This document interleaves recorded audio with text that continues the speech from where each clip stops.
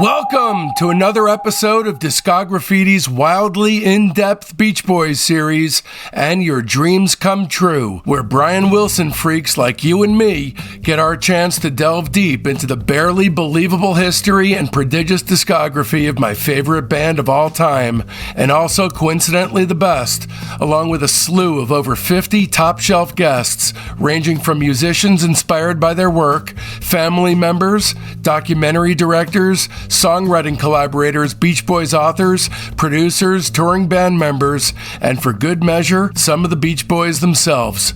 I'm your host, Dave Gebrow, and special thanks goes out to co-producers Chuck Granata, Dennis Dykin, and Mark Freed, without whom this series would not have happened.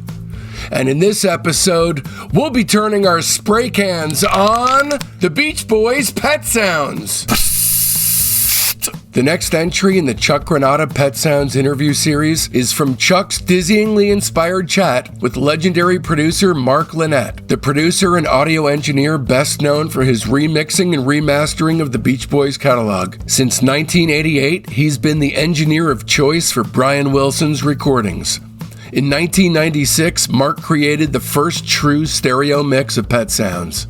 He's also co-produced nearly all of the band's archival releases, including 1997's The Pet Sound Sessions, 1998's Endless Harmony soundtrack, 2003's Hawthorne, California, and 2011's The Smile Sessions, as well as 2021's Feel Flows box set and 2022's Sail on Sailor box set. In addition to earning 3 Grammy Awards, he was nominated for Best Engineered Album for his work on 2004's Brian Wilson Presents Smile. He's also worked with Red Hot Chili Peppers, Jane's Addiction, Los Lobos, Rickie Lee Jones, and Randy Newman. This is Chuck's lengthy and consistently fascinating interview with Mark from the early 2000s for his Pet Sounds book. Stay tuned for my own more recent interview, which covers completely different territory. Here he is then, Mark Linett. I'll tell you the best thing Chuck Britt's ever said to me.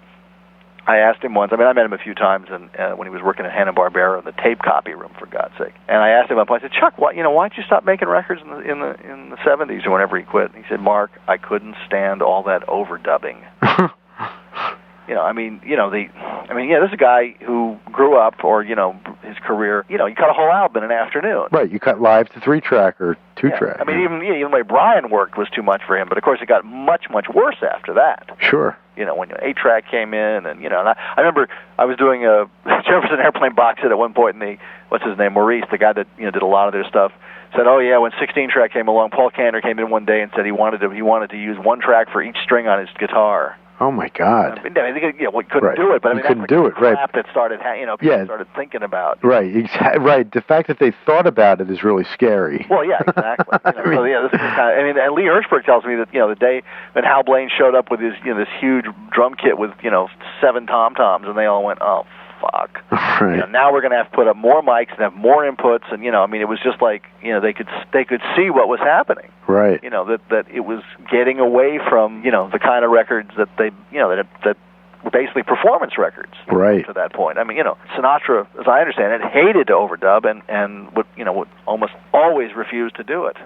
Yes, that's absolutely true. There were some instances at Reprise when he did do some overdubbing, but by and large, he just wanted to cut live with the studio in the band as well. He wanted to perform. Yeah, he wanted to be standing with the band in the studio and just cut right direct. And it shows. How well it's amazing how well it worked. But well, those things are amazing. I think a lot of those Reprise 3 and 4 tracks are just stunning. I believe that the sound does not come across well on the LPs or the CDs in most cases. It's funny too, because I remember Lee telling me that when 4-track came in, they were like, well, what do we do with this 4th track? Right. Because 3-track was easy. Stereo band.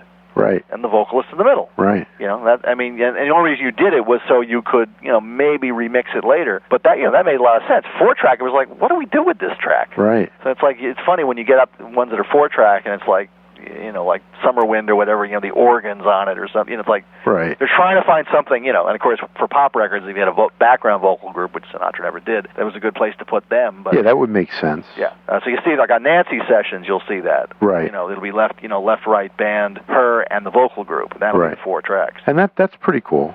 Yeah. Yeah, and her stuff is cut the same way. I mean, I've heard the session for Boots. Right. And it's just, it's the record minus her. Yeah. Anyhow, we gotta stick to Pet Sounds. So, all right. So now, anything else you think is important to add about this whole process? How about the bouncing? Let's talk a little bit about bouncing in cell sync, like how that worked, how it worked on those tapes, what you're finding. Well, it seems to work just fine. I mean, the 8-track, the 8-track definitely has sonic deficiencies compared to the 3 and 4 tracks, just overall. I mean, for one thing, for example, if you ever noticed on the original mono of "Waiting for the Day," if you listen really close to the original, you can hear drums that aren't supposed to be there because the tape they used apparently was used tape, had been used for something else, and there's some rock and roll band bleeding through on that song. Wow.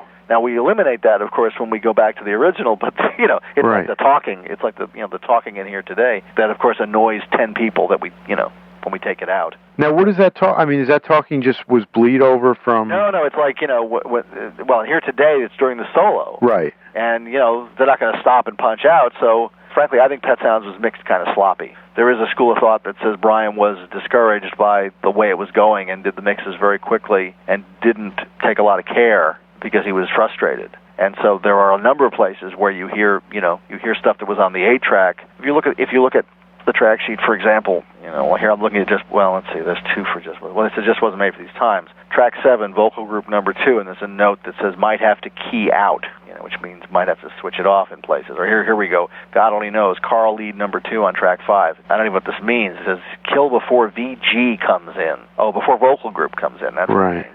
He goes at the end of the second verse, during the dot dot dot dot dot dot dot dot dot dot dot, Carl goes, better? Right, he goes, that better? Right. Exactly. Things like that. I notice, the big thing I notice that's right up front is in the mono mix of Wouldn't It Be Nice, there's like that edit. Yeah, well, that's the edit, taking an older mix with Mike singing and putting it in the bridge. Right. I didn't figure that out for years because the mono mix of that song, that's another thing. Capitol had this ridiculous habit of, they have these things called, all labels do, called phonoreels. Right, for the singles. And what they used to do was that they would take the single cuts off of albums and put them on these phonoreels and then put a copy back on the album. Right. And in the case of Wouldn't It Be Nice, somebody didn't write it down. So somewhere hiding on some phonoreel somewhere is the original mono copy, I assume, unless it was copied. The other possibility, of course, is that it was copied because the tape broke or, whatever. No, I think you're probably right. Yeah. The assumption is that it was pulled to a phonoreel and not identified. Capitol has the most fucked up library on the face of the earth, and I won't even go into some of the stuff because there's actually possibility of litigation. But let's just say that more stuff has escaped from there than Right. It's horrible. I mean, there's Sinatra stuff that's walked off. Oh, I'm sure any significant artist you can name, stuff has walked out of there. And of course, nobody cared for years. I mean, when I started on this stuff in 1989 or whatever it was, Capitol didn't even have a tape library.